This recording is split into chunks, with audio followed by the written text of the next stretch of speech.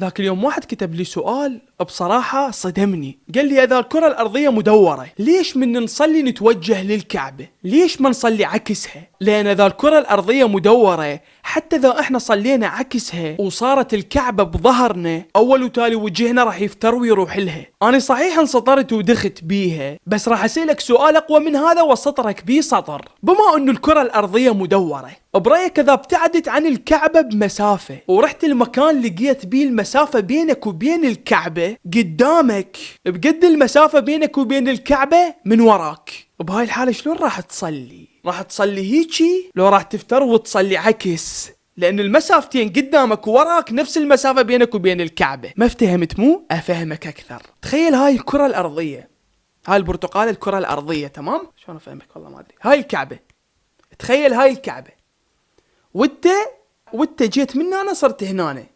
شوف هاي الكعبة وهاي انت، المسافة من هنا بينك وبين الكعبة بقد المسافة من هنا بينك وبين الكعبة من جوا. وبهاي الحالة شلون راح تصلي؟ راح تتجه لها من هنا. لو راح تتجه لها من هنا، ها افتهمت؟ والله ما افتهمت. طبعا بهاي الحلقة راح اجاوب على اغرب اسئلة وصلتني بالعالم. اللي يريد منك شنو؟ تروح تجيب اكل، نسات الحلويات، بيبسي، اي شيء وتباوع على وجهي اللي ما ينشبع منه. السؤال الاول، ليش العلاج دائما طعمه غريب ومقرف؟ صحيح ليش دائما الدواء طعمه ما طيب؟ الجواب لان يستخرجوه من مواد طعمها ما طيب. مثلا اكثر الادوية يستخرجوها من النباتات، وهاي النباتات اللي يستخرجون منها الادوية اكو بعض منها تفرز مثل المواد السامة اللي يكون طعمها مر، فمن هاي المواد يستخرجون العلاج. ومو دائما العلاج او الادوية او الحبوب طعمها ما طيب، لان بهذا وقتنا العلماء دي يضيفون منكهات للادوية خصوصا للدواء مال الاطفال. سؤال يقول علاوي حباب، اريد اعرف سالفة الزومبي وقصتهم ومنو اخترعها. تمام، شوف الزومبي هي شخصيات اشتهرت بالافلام والقصص والروايات، وخصوصا بالافلام الرعب، واحيانا ببعض الالعاب. الزومبي هم عبارة عن شخصيات ما موجودة بالواقع، مجرد خرافات. هم عبارة عن اشخاص ميتة بس بنفس الوقت عايشة، بس عايشة بدون عقل، يعني غير واعية. هدفهم يهجمون على البشر وياكلوهم. اشتهر الزومبي بالبداية بافريقيا بسنة 1819، واللي اخترع هاي الفكرة هم السحرة والمشعوذين بوقتها. واول واحد استخدم كلمة زومبي هو شاعر بالبرازيل اسمه روبرت سوثي، واستخدم كلمة زومبي على هاي القبائل الأفريقية المتوحشة. فالزومبي بشكل عام هو ثقافة أفريقية كلها كلاوات، بس باقي الدول اهتمت بهاي السالفة، فبمرور الزمن قاموا يألفون كتب تخص الزومبي وقصص وروايات خرافية، وبعدها قاموا يسوون أفلام ومسلسلات عن الزومبي مثل مسلسل The Walking Dead اللي هو يعتبر أشهر مسلسل زومبي بالعالم. وهاي كل ما بالسالفة. سؤال يقول ماذا سيحدث لو اختفى الملح؟ يصير الأكل فاهي. هنا السؤال الزربة. سؤال يقول السمك هم يعطش جو المي؟ ها انت شو تقول يعني؟ يعطش لو لا هو عايش بالمي يعطش؟ شوف السمك ما يعطش بس يشرب مي. ليش ما يعطش؟ لان هو داير مدايره اكو مي، والسمك ما يشرب المي من حلقه. اكثر الاسماك تشرب المي من جلودها تمتصه، واكو نوع من انواع السمك يشرب عن طريق الخياشيم. الزعاطيط الحلوين اللي ما يعرفون شنو يعني خياشيم، هاي الخياشيم بابا، هاي شوف هاي منها هناك ويش فتحتين يشرط منها المي السمك. فاكثرية الاسماك ما تشرب المي من حلقها، والسمك يشرب مي بس ما يعطش. سؤال يقول ليش ماكو ضوء لونه اسود؟ ديم شنو السؤال هذا؟ صحيح ليش ماكو ضوء لونه اسود؟ ديم اكو اخضر، اكو اصفر، اكو ازرق، بس اسود ماكو. على حسب علمي السواد مو ضوء، السواد هو ظلام. يعني تخيل شغلت ضوء اسود بغرفة ظلمة، شنو اللي راح يصير؟ ما راح يبين شيء. فاعتقد الظلام هو ضوء اسود، لان حتى السواد هم يحتاج لنظر. الاعمى ما يشوف اللون الاسود مثل ما اكثريتنا متصورين، الاعمى حتى السواد ما يشوفه، واللي يشوف السواد هذا الشخص اللي عيونه سليمة. فالضوء الاسود هو الظلام، لهذا السبب ما تلقى اضوية لونها سودة. وبعدين تعال اقول لك انت شو تسوي بالضوء الاسود. دوختنا بهذا سؤالك. علاوي سؤال، وين يروح مي المجاري؟ واو. شوف، بالدول المتقدمة المي مال المجاري يفوت بأنابيب، يطلع من كل بيت يفوت بأنبوب ويتجمع كله بمكان واحد. من يتجمع بهذا المكان يعالجوه ويرجعون يستخدموه، يعني يرجعون المي نظيف ويضيفوا له مواد ويصفوه ويكون صالح للاستخدام. اما احنا عندنا بالعراق المي مال المجاري مالتنا يفيض ويطلع على الشوارع، ومن المجاري تطق بالشوارع، خلف الله على الشمس تبخر لنا هاي المجاري ويرجع الشارع ناشف وينزل على شكل مطر. نايس. سؤال يقول عندي سؤال، سرقة الحسابات نفس سرقة شيلو لا؟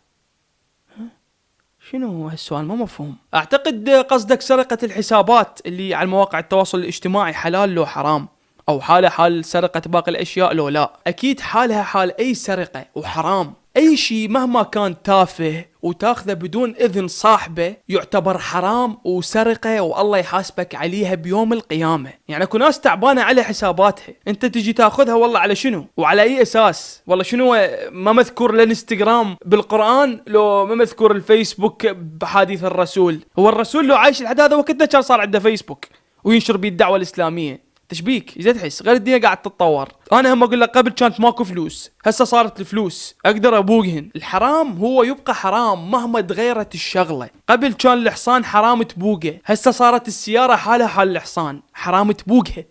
سؤال يقول اقول لك يا معود ليش ماكو ملائكه بنات؟ ليش؟ منو قال لك الملائكه ولد؟ او منو قال لك الملائكه ذكور؟ الملائكه مو مثلنا، الملائكه إلها صفات خاصه، لا بيهم ذكور ولا بيهم إناث، لأن الملائكة الله خالقهم من نور، ما خالقهم مثلنا. بالإضافة إلى أنه الملائكة ما يعصون رب العالمين وما يسوون ذنوب، فما بيهم لا الذكر ولا الأنثى. سؤال، ليش الناس تهتم للعيب أكثر من الحرام؟ لأن زبايل. هو العيب منو اخترعها؟ إحنا البشر، وأكثرية الشغلات المحسوبة على العيب ما تعتبر حرام. يعني إذا سويت هاي الشغلات اللي يعتبروها بعض البشر عيب، الله ما راح يحاسبك عليها. يعني على سبيل المثال يقول لك عيب الطب تسلم من اليسرى لليمنى، لازم من اليمنى لليسرى، وانت اذا سلمت من اليسرى لليمنى الله ما راح يحاسبك، بس البشر يحاسبك بس تعب تسويها. ازراب البشر. شوف البشر ايش قد جايف، صنع شيء اسمه عيب وقام ما يسويه قدام الناس، يسوي بس بالختله، بس ما يقول لك رب دا يشوفني 24 ساعه. اصلا هسه اكو ناس تسوي الحرام علني والشيء العيب ما تسويه بس لان هو عيب، بس الحرام لا يتفاخرون بيه. هسه كم واحد يتحرش بالبنات وصاير زلمه ومفتخر، بس عنده عيب اخته تطلع بالشارع، عيب شنطة عرضي ثلج عرضه شلون؟ بس هو عادي عنده يطلع ويصادق نسوان ويطلع ويا نسوان ويرضاها على الغير، بس ما يرضاها على اخت عرضي. انقلب راسك مربع. ايش كم واحد هسه يكفر بالشارع علني بس عنده عيب يلبس مثلا شورت حتى الناس لا تقلد عليه. هاي عقليه مجيمه، ما ادري شلون يفكرون. لك يا ريت تسوي شغلات عيب ولا تسوي شغلات حرام. يا عيب يا بطيخ، لك هم الناس يستاهلون انه تقعد تسوي نفسك قدامهم محترم؟ هم العالم زرباب، مع احتراماتي للزينين، ما يستاهلون اصلا تتصنع قدامهم ولا تسوي روحك قدامهم فد شي. خلي اللي يحكي طب نعل. والله ايش مستفادين احنا من كلام الناس؟ النظرة الزربة هاي مالتهم ايش مستفادين منها؟ ما تستفاد شيء يا كلاوات. ها هم ذول البشر. فقلت له خلي اللي يحكي بس اهم شيء لا تغضب رب العالمين. ترى شعور كلش مرعب من تحس انه رب العالمين قاعد يبوع عليك، تحس انه رب العالمين بعظمته قاعد يشوفك بهاي اللحظة، خصوصا من تحس انه هو دا يشوفك وانت قاعد تسوي شغلة مو زينة. بس فكر بيها، تخيل من تسوي غلط وابوك يباوع لك ايش راح تحس؟ فما بالك لو اللي خلق ابوك دا يشوفك. فكر. أنا ما أقول لك ما عندي أغلاط ولا أني نبي، بس أنا قدر الإمكان قاعد أصلح من نفسي، وخصوصا أني الغلط اللي أغلطه أتعظ منه وما أكرره. تمام؟ يعني كل لي درس هذا الغلط، فحاول تغير نفسك. سؤال يقول سؤال، شلون الشمس تحترق اذا ماكو اكسجين بالفضاء؟ طبعا اللي ما يعرف انه النار ما تشتغل الا اكو داير مدايرها اكسجين، اذا ماكو اكسجين ما تقدر تشغل نار. فبما انه الفضاء ما بيه اكسجين فهو دا يسأل يقول شلون الشمس محترقة وبيها نار وبالفضاء ماكو اكسجين؟ تمام. شوف، اولا الشمس ما قاعد تحترق ولا اكو عملية احتراق بالسالفة. انت مفتهم الموضوع منين؟ من هاني رمزي راح اشرح لك بشكل علمي، وادري بكل شيء ما راح تفتهم مني. النار الموجودة بالشمس تصير عن طريق تفاعل كيميائي يصيحوا له تفاعل الاحتراق، والحرارة اللي تطلع من الشمس تطلع عن طريق تفاعل ثاني يصيحوا له التفاعل النووي. الشمس تتكون من 75% من الغازات و25% من الهيليوم. بكل بساطة الاندماج النووي اللي يصير بداخل الشمس هو تحول الهيدروجين إلى هيليوم، وهذا التحول يحرك كمية كلش كبيرة من الطاقة على شكل حرارة وضوء، وهذا التفاعل يظل مستمر على شكل دوامة متسلسلة لا متناهية ما تنتهي. إذا لماذا لا تحتاج الشمس إلى أكسجين لتبقى متوهجة ومشتعلة؟ لأن التفاعل اللي يخلي الشمس مشتغلة ما يحتاج إلى أكسجين، يتطلب هيدروجين وطاقة. وإذا افتهمت تعال تفل بوجهي. أفهمها لك بشرح ثاني من باب الشرجي. الشمس ما بيها احتراق ونار مشتغلة مثل ما أنت متصور. الشمس يصير بيها انفجارات كيميائية مستمرة، وهاي الانفجارات ما تحتاج أكسجين. That's it. خلاص. وهاي كل ما بالسالفة. سؤال يقول شي يصير لو الناس كلها مليارديرة؟ قصدك شي يصير لو الناس كلها أغنياء؟ باختصار راح نموت من الجوع، لأن لو كلها أغنياء بعد ما حد يشتغل. ما راح تلقى الخباز، ما راح تلقى الحلاق، ولا راح تلقى أبو الأسواق، ولا راح تلقى الموظف، ولا راح تلقى العالم، ولا راح تلقى المخترع، ولا راح تلقى الفلاح. باختصار حياتنا راح تتوقف. لو ما الغني ما يعيش الفقير، ولو ما الفقير ما يعيش الغني، ولو ما حالته المادية متوسطة ما يعيشوا الاثنين. وهذا الشيء مترتب من رب العالمين. الله يوزع الأرزاق على الناس، يصعد ناس وينزل الناس على مود يختبرهم. اعتقد اذا صار هذا الشيء بالواقع وكل الناس صارت اغنياء راح تسقط كل الفلوس وراح تكون ما لها قيمة وترجع الحياة للصفر وتصير كارثة كبرى. سؤال يقول ليش من نقعد الصبح وجهنا يتغير وصوتنا هميا؟ شوف ليش يتغير صوتنا اول ما نقعد من النوم؟ السبب هو من ننام انه ما راح نستخدم حبالنا الصوتية، فراح يتجمع بها مخاط ولعاب بهاي المنطقة هنا، لان هاي المنطقة تكون شبه متروكة طول الليل، فما راح نقعد من النوم ونريد نحكي نحس صوتنا شوية باختلاف او صاير خشن. حتى من تقعد النوم تحس الوجه معقوج والخشم تحسه كبير والعين منفوخة. كل هاي بسبب انه انت من كنت نايم ما تحرك اي مسام بمسامات وجهك ولا تحرك عيونك لفترة طويلة. اذا يضوجك هذا الشيء اول ما تقعد من النوم اشرب لك قلاص مي راح يرجع صوتك طبيعي.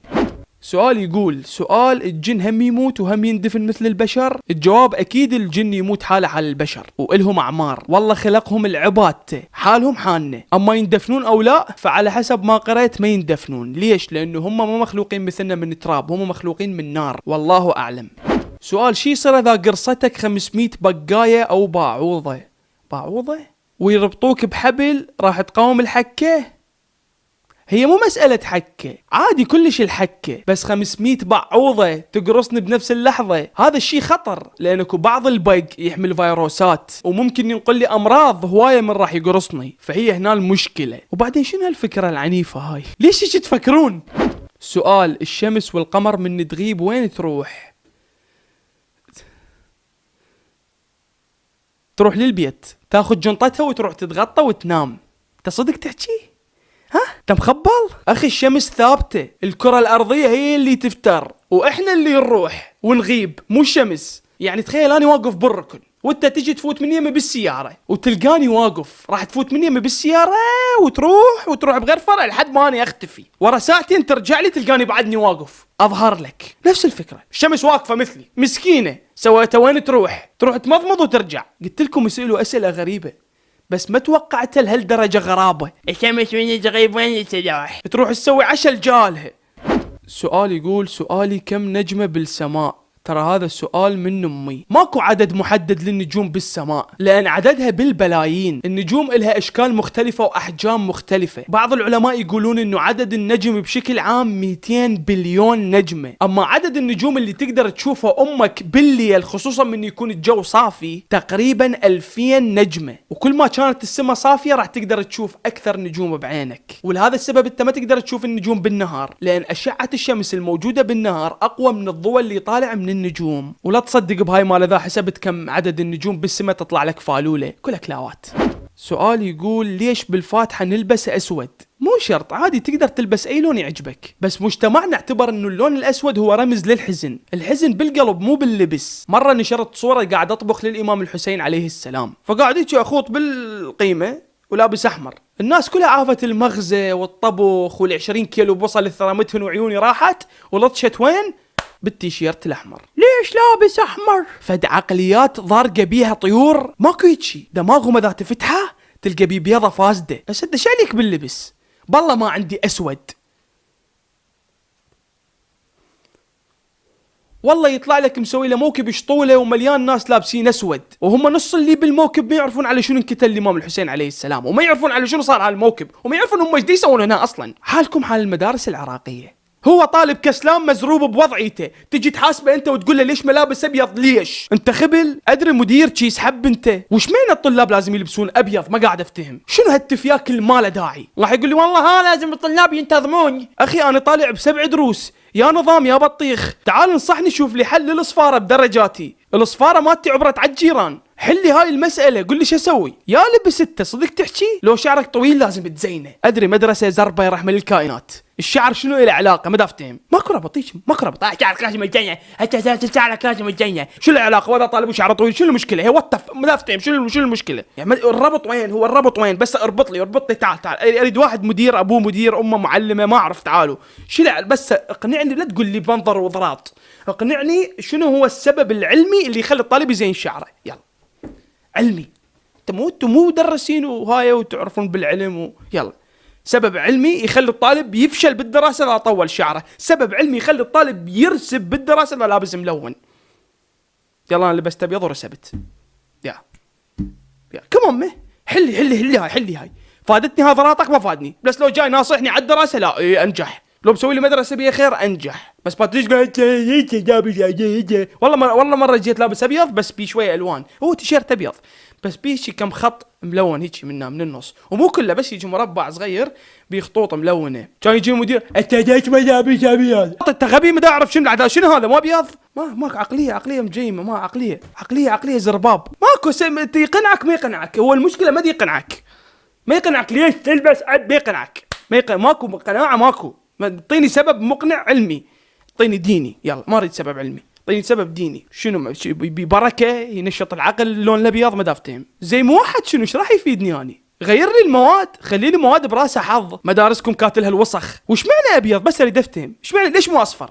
ليش مو الطلاب يلبسون احمر اخضر برتقالي؟ ايش معنى ابيض يعني؟ شنو انت ليش هاي الفكره هاي يا ربي، هاي الفكره هاي مال الطالب شكله لابس ابيض، الطالب لازم يلبس ابيض وبنطلوني، وشنو هالمنظر هذا الاوفر؟ ممرض اني راح مدينك يا اخي. خليني احب المدرسه شويه يا اخي ليش السوالف اللي ما لها داعي؟ يعني سوالف ما لها داعي ليش تسووها؟ ما تعرف هاي السوالف اللي ما لها داعي ليش تسووها؟ نبي نروح للحلاقه اقول له زين زيان مدرسي. شنو الزيان المدرسي اللي معفن يطلع وجهي مضروب كله؟ شنو هالزيان هذا؟ والله يزينه كله هيك يبقي لي بس هيك 3 شعرات نازله منه هيك. ايش بيكم؟ ما صايره بكل الدول العالم، بس انتو بس انتو ابيض شعري كل شعرك وعم الطلاب كل واحد شعره اللي هنا. تعال هنا شوفهم، هاي حرقان دم والله. اساس توداني على المدارس ما ادري، انا داعي بفلان موضوع طفرت على المدارس، شنو المغزى ما اعرف. لا والله كان يوميا المدير يسوي اصطفاف يوميا ويقعد يمضرط. هو انا وجهي ما مغسله من الصبح، تريد نستمع كلامك كله فصحى؟ موقفنا بالشمس سطرنا من الصبح، الله وكيلكم كنت تسمع منا طلع منا. غير نحكي لك الصراحه يا حبيبي، يا دا تشوفني كوميدي صراحه دا احكي لك، بس الطالب بداخله كل هذا الحكي، انا دا احكي لك الصراحه. هذه السوالف اللي ما لها داعي ليش تسووها؟ والله لو اقعد من ساعه ب6 الصبح، وش معنى الدوام من 7:30؟ يعني ليش الدوام ب7:30؟ ليش يعني ليش تقعدوني من الصبح؟ يعني ليش تقعدون طالب من الصبح؟ وشو المشكله اذا صار الدوام ب9؟ يعني ما اعرف شنو المغزى ما تقعد من الصباحيات؟ يعني ليش؟ ماكو يسا بقول لك ماكو سبب مقنع. هنا الدوام ب9، ماكو دول الدوام ب10. شو معنى الدوام ب7؟ اقعد ب6، تخيل بقى اقعد ب6 بين ما بدل ب6:30، ب7 اطلع، ب7:30 اوصل للمدرسه. اول درس عندنا رياضيات، تخيل. وانا ريوك ما متريق تدرسني رياضيات عريق رحمه دينك، يعني الله يرضاها شنو؟ بس ما اعرف دا تريقني القسمه اخي. المفروض اول درس رياضه. ليش رياضه واستراحه؟ ماني جايك تعبان من النوم، روحي طافره، امي شلعتني شلع من الفراش، تجي تدرسني رياضيات شنو؟ تقعدني ارتاح؟ رياضه حبيبي، نشاط، حيويه، تخلينا ناكل، احتمال نتريق، كافتريا تسوي لكم كافتريا بيا حظ بالمدرسه ماكو. والله كان المدرس مال الرياضه مالته يبيع فلافل، تصدق تحكي مدرس الرياضه يبيع فلافل بالمدرسه؟ وين صاير هاي مخياس؟ لك حرامات انا كنت صغير بالمدرسه، كان طلعت لكم لساني هالطوله بالساحه. ام الاحياء بحياتها ما جابت لنا كائن حقيقي تشرح لنا عليه، كلها لازم الكتاب واقفه على بعد 9 امتار، واني لازم ابو على الكتاب، ابو على الكتاب، ابو عليها. شو يصير بدماغي؟ هسه على الاقل جيبي لي السحليه صغيره، ارنب، حتى لو دجاجه. عمي وابوي يقول لي ليش ما فلحت بالدراسه؟ بابا انت شايف من تجيكم الجغرافيا وتقعد تلخص لك على السبوره، تكتب وانت ما تلحق قبل تمسح، تكتب تمسح. يا ست والله الست بعدني ما مخلص، ليش مسحتي؟ انقلها من صاحبك، انقلها من صاحبك بالفرصة. ادري هي الفرصة دقيقتين، انقل الواجب من صاحبي لو روح اشتري فلافل منه بالرياضة. ما دافتهم يعني شو هم غثاه يا ربي. السؤال اللي بعده سؤال يقول علاوي ليش الفضاء مو ضوء ظلمة؟ يعني قصده ليش من تصعد للفضاء راح تشوف الفضاء عبارة عن ظلام ما بي ضوء، عبارة عن سواد. اكيد راح تشوف الفضاء اسود لان الفضاء عبارة عن فراغ ما بي جدران. صح اكو شمس بيها ضوء بس اشعتها ما تقدر تملي هذا الفراغ الواسع، وخصوصا انه الفضاء ما بي جدران، يعني هو فراغ ما بي جدار، يعني ما مغلف بجدار على مود اشعة الشمس تضرب على هذا الجدار، لانه الضوء يحتاج فد جسم معين يضرب عليه على مود يضوي. وبما انه الفضاء ما بي اي جدار واي مجسمات عملاقه تحيطه، فمن راح تضرب عليه الشمس راح يروح الضوء هيك بالفراغ، فتبقى الدنيا ظلمه. قاعد تفتهم شلون؟ مثلا جايب لايت انت والضوء هيك على السماء، ما راح يصير شيء لانه يروح الضوء ينثر. فهمت الفكره؟ هي نفس الفكره. فلهذا السبب راح تلاحظوا انه الفضاء اسود. وحده كاتبه اقول لكم حرام اكره امي وابوي لو حرام. حرام اكره امي وابوي لا شنو ربط؟ اختها ما قام يجعني شي ما فهمت. طبعا حرام تكرهيهم يا عيني. على اي اساس تكرهيهم؟ مهما سووا بيك اهلك حرام عليك تكرهيهم، حتى اذا كانوا ناس ظالمه. ترى ماكو شي يدوم، مهما كانوا الاهل اقوياء راح يجي يوم يضعفون، وراح تبقى انت وحدك بالدنيا، وراح تتمناهم انه يكونون موجودين وياك. بس انت او انت مو من حقك ترفعين صوتك عليهم او تكرهيهم، لا، انت هدفك انه انت تدعي لهم، وممنوع تكسرين كلمتهم، لان رب العالمين يرفض هذا الشيء. سؤال يقول شنو يصير اذا كلنا لبسنا نفس الملابس ونفس اللون؟ كل شيء ما يصير. ايش متوقع يعني شي يصير؟ تنقلب الدنيا؟ كل شيء ما يصير. هيك هاي لبسنا كلنا نفس اللون ووقفنا. شنو هالمخيله هاي؟ انا علمتكم انه تكون مخيلتكم واسعه بس مو توسع لهالدرجه تصير هالعرضها. ما اعرف يعني. سؤال ليش مرات نحس الناس اللي قاعده قدامنا مو حقيقيه؟ صح، مرات يصير هذا الشيء، تحس مرات انه اللي قاعد يحكي وياك وقاعد قدامك مو حقيقي. مو بس هو، اصلا كل الصورة اللي انت قاعد تشوفها اذا كان اكو قدامك ميز او كراسي او فد دار مدارك عالم، هو كل الصورة هاي اللي انت تتبوع عليها تحسها صورة مو حقيقية، صورة هيك وهمية، تحس نفسك قاعد تتبوع على فيديو ما قاعد تتبوع على انسان حقيقي. وهذا الشيء يصير من يتعب الدماغ، يقوم يخربط، تحس الصورة قدامك ما اعرف شلون اشرحها لك، من تشوفها تحس روحك مو دايخ بس مستغرب، يعني المنظر تشوفه يعني مستغرب شنو هذا المربع اللي دا يطلع بعيني هسه، هذا هيك الزاويه هاي كلها تتبوع عليها شنو هاي هيك تحس. لحد مره صارت بي حاله يمكن ما تصدقون اذا اسولفها. مره كنت قاعد بمكان بهوسه وصياح صياح وهوسه ما ادري يمكن قهوه ما اعرف، فد مكان بهوسه، ففجاه الصوت اللي قمت اسمعه الصوت صار يعني شلون السلو موشن بس الصورة طبيعية. الصوت حسيته قام يجي مثل التكرار وهيك مثلا اقول لك علاوي ويست ليش ما هيك قام يصير والله العظيم. دخلت هيك ما اعرف شنو السالفه شو السالفه. ومو بس هو كل الدار مداري يعني فشي صار بمثل السلو موشن نوعا ما. فمرات فعلا يصير للانسان هيك شغلات تحس المنظر اللي قدامك مزيف. اذا صاير وياكم هيك شغلات اكتبوا لي بالتعليقات. سؤال ليش مرات نشعر بالحزن ومرات بالفرح بدون سبب؟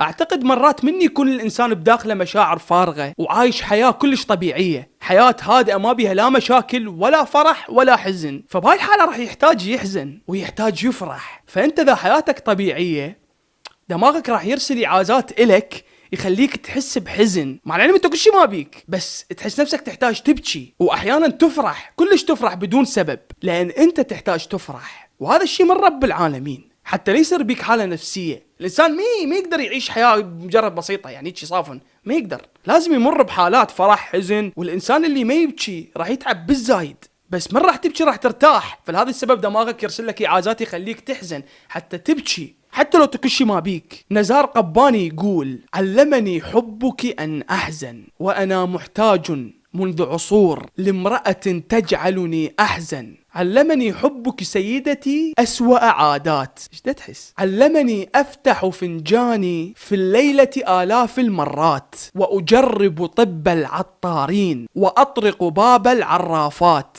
علمني أخرج من بيتي لأمشط أرصفة الطرقات. أدخلني حبك سيدتي مدن الأحزان، وأنا من قبلك لم أعرف مدن الأحزان. لم أعرف أبدا أن الدمع هو الإنسان، أن الإنسان بلا حزن ذكرى إنسان.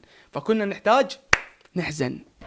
سؤال: ليش الله خلقنا وهو يعرف مستقبلنا؟ صار 6000 مرة جاوب على هذا السؤال يا أخي. هذا السؤال وسؤال إذا إحنا الله خلقنا منو خلق الله؟ لا ما عندكم على أساس أذكياء يعني، مو تمام. تعال بس افتحوا لي عقولكم شوية. تمام، افتح لي open your mind. أوكي، أنت إنسان، الله خلقك وعلمك شلون تصنع، مثلا تصنع كنتور، تصنع موبايل، تصنع عطر، بس ما تقدر تخلق إنسان. أولا فكرة الخلق أو مبدأ الخلق والصناعة الله سواه. يعني مثلا أنت عندك موبايل ضفت بيه خاصية الخلق، ضفت بيه خاصية الصناعة، هذا أنت ضفته، هو أصلا ما موجود. فمبدأ الخلق أو فكرة أنه هذا الشيء مخلوق أو هذا الشيء مصنوع الله مسويه أو الله خالقها هي نفسها. يعني فكرة الصناعة الله خالقها، فالخلق الله خلقه. قاعد تتخيل؟ فأكو واي ناس تسألني تقول لي إذا إحنا الله خلقنا، الله منو خلقه؟ مو دا أقول لك هو الله اللي صنع فكرة الخلق. خلق، كلمة خلق هو الله صنعها أو الله خلقها، بينما الله ما مخلوق، الله خالق. ركز بيها، الله مو مخلوق، الله خالق، والخالق ما ينخلق. فهمت؟ راح تقول لي عاد الله منين صار؟ ما ندري، هي هاي أمور غيبية، بس اللي وضحته إلك إنه الله ما مخلوق، الله خالق، والخالق ما حد يخلقه. ثانيا أنت سألت وقلت إذا الله يعرف مستقبلنا ليش خلقنا؟ الله سبحانه وتعالى صح يعرف مستقبلنا، بس ما جابرك تسوي الشغلات الغلط، بنفس الوقت مخيرك انه انت تريد تصير خوش انسان او تصير مو خوش انسان، بايدك انت، ما جابرك، بس بنفس الوقت يعرف ايش راح تسوي، وبنفس الوقت هو اللي كاتب لك حياتك كلها. راح تقول لي شلون؟ لعد ليش يحاسبني اذا هو كاتبها؟ اخي مو هي هنا المعجزة، هو كاتب لك حياتك كلها على حسب اختياراتك انت. هي هاي الاعجاز اللي ما قاعد يتصوره العقل، اللي اكثر الملحدين قاعد يلزموك بهاي الكلمة. هو بنفس الوقت كاتب لك انت ايش راح تسوي وما راح تسوي على حسب انت خياراتك. فهمت الفكرة؟ يعني هو شغلة مو منطقية، لانه انت عقلك ما قاعد يستوعبها، بس رب العالمين يقدر عليها. وبعدين انت ليش تروح بعيد؟ خلي اقول لك شغلة من السبع المستحيلات البشر احنا نسويها. انتوا بس لو تبعدون نفسكم عن رب العالمين بهاي الافكار، يعني انت ليش دائما تضرب رب العالمين بيك؟ شلون هيك يسوي؟ انت ليش دائما تقيس على نفسك؟ انت عبارة عن بشر مخلوق، انت بشر صغير، انت قاعد تفتهم رب العالمين شيء عظيم كلش كبير، قاعد تفتهم عنده قدرات انت ما تقدر تتصورها. واضرب لك مثال، انه رب العالمين يقدر يشوفني هسه ايش قاعد اسوي، ويقدر يشوفك هسه ايش قاعد تسوي، ويقدر يشوف واحد بفرنسا ايش قاعد يسوي، ويقدر يشوف واحد بالمكسيك ايش قاعد يسوي بنفس اللحظه. فهو يشوفنا كلنا بنفس اللحظه. زين هاي شلون؟ يلا شلون انت تقدر تشوف اكثر من واحد بنفس اللحظه؟ ما تقدر، لازم تظل تلتفت هيك وهيك. فرب العالمين ما عنده شيء مستحيل، اكو شغلات مو منطقيه مستحيل تصير بالدنيا، بس رب العالمين يقدر عليها. يعني يقدر يكتب لك حياتك من البدايه للنهايه، بس ما يظلمك على حسب انت اختاريت. زين شلون عرف بالبدايه يشرع؟ هاي معجزه حبيبي، هاي قدره من رب العالمين سبحان الله. شوي فتشر شغل عقلك شوي ما تعرف. سؤال ديني: هل ما نفكر فيه يحاسبنا عليه الله؟ انتوا ليش محسسين اني شيخ؟ اكيد على حسب الفكره. اذا تفكر بالناس بشكل سيء الله راح يحاسبك، ويا مكثر هالنماذج عندنا بالعراق. دام بعدين انت ليش تفكر بالعالم؟ ليش تبوع عليهم؟ وش عليك انت اصلا؟ اكو ربي يحاسبهم. هو هذا سوء الظن، احتمال يفوتك للنار باكر عقبه راح تنصدم، تقول ليش انا بالنار وانا اصلي واصوم وهاي، بس انت شوف هاي شغله بسيطه احتمال تضيع عليك كل تعبك. سؤال يقول: من تتزوج هم تطلع زوجتك وياك على اليوتيوب؟ شكو بيها؟ عادي شكو بيها؟ يعني ليش طارحه على شكل سؤال ومعتبره معجزه غرائب وعجائب مسويها؟ ترى عادي، اذا هي حابه تسوي قناه عادي، حتى اختي اذا حابه تسوي قناه خلي تسوي، وين عيب بالموضوع؟ ما دافتهم، بس بشكل محترم. شكو بيها؟ عادي. يعني شنو الذكر عليه حلال والانثى حرام؟ علي يصير وعلى اختي ما يصير، او علي يصير وعلى زوجتي ما يصير؟ لا حبيبي، كل من له حقوق، اصلا انا دائما اقولها لامي تعال خلينا نطلع انا نصور فيديو نسوي حوار بيناتنا ثقافي وننزله على اليوتيوب، بس هي ما ترضى. ها يمه قولي لهم، قلت لها تعالي نسوي انا نقاشات ونحكي عن معلومات ونشوف يا الاقواني لو انتي اغلبش لو تغلبيني، بس هي ما تحب تستحي. اغلبك يمه والله. شوفي حين ينقلب الطالب على الاستاذ، دام قمت تخافين مني كمان ما. فاي اذا تزوجت كلش طبيعي اذا زوجتي سوت قناه، وخصوصا اذا كانت القناه بها فائده او محتواها هادف، فانا راح اشجعها بوقتها. ومو بس هي، اي انسان بالدنيا اذا حاب انه يفتح قناه او يسوي اي شغله هادفه للمجتمع فاني اشجعه، ماكو شيء عيب. سواء اذا طلع من بنيه او من ولد، البنت حاله حال الولد، بكلها لها حقوق بكل شيء. سؤالي يقول: لماذا على النساء ان يخدموا الرجال وان يقوموا باعمال المنزل، ولماذا لا يخدمون الرجال انفسهم بنفسهم؟ ترى على فكرة ما مجبورة الزوجة تنظف ولا مجبورة تطبخ. خاف ما تدرون بهاي المعلومة، الزوجة غير مكلفة بالطبخ ولا مكلفة بالتنظيف شرعا وقانونا. خلي يسمعني ابو جبار. تعال ابو جبار، تعال ابو جبار، تعال تلي عبالك المرة تتزوجها خدامة. تعال قدامي تعال. شرعا ولا قانونا الزوجة او المرأة اللي تاخذها تتزوجها ما مجبورة انه تنظف ولا مجبورة تطبخ ولا مجبورة تكنس شرعا وقانونا. حتى بالدين ما مجبورة. اذا نظفت هاي في الله راح يكافئها بالزايد. يعني هاي من المستحبات انه هي دا تنظف، من المستحبات انه هي قاعدة تساعد بالبيت. هي هذا مو واجبها، هي هاي بالدين مو واجبها. روح اقرا عنها. ما عندنا هيك احنا بالدين الاسلامي مرة تنظف وتطبخ ماكو شيء، ماكو. هاي احنا اخترعناها وطبقناها وسويناها. فلا يحق لك شرعا اجبار الزوجة على الاعمال المنزلية. وروح ابحث بها اذا ما تصدق. والاعمال المنزلية هي من واجبات الزوج، بس الزوجة لين أصيلة قاعدة تقوم بكل هاي الأعمال. فواجبك أنت يا أبو جبار الخايس تسمعها كلمة حلوة، أقل شيء تقولها شكرا لأن قاعدة تعبج بالتنظيف. مو هاي والله واجبها، واجبها ليش تزعل إنه ما تنظف. هي بتنظف. إيه مو أنت هذا أبو جبار تعدك زلمة ترى زلمة، تعدك زلمة أنت. وبعدين شكو بيه إذا تعاون الرجل ويا المرأة بالتنظيف أو بالطبخ أو بكل شيء؟ شو العيب وين؟ ما راح تعطيني جواب منطقي، ما راح تعطيني.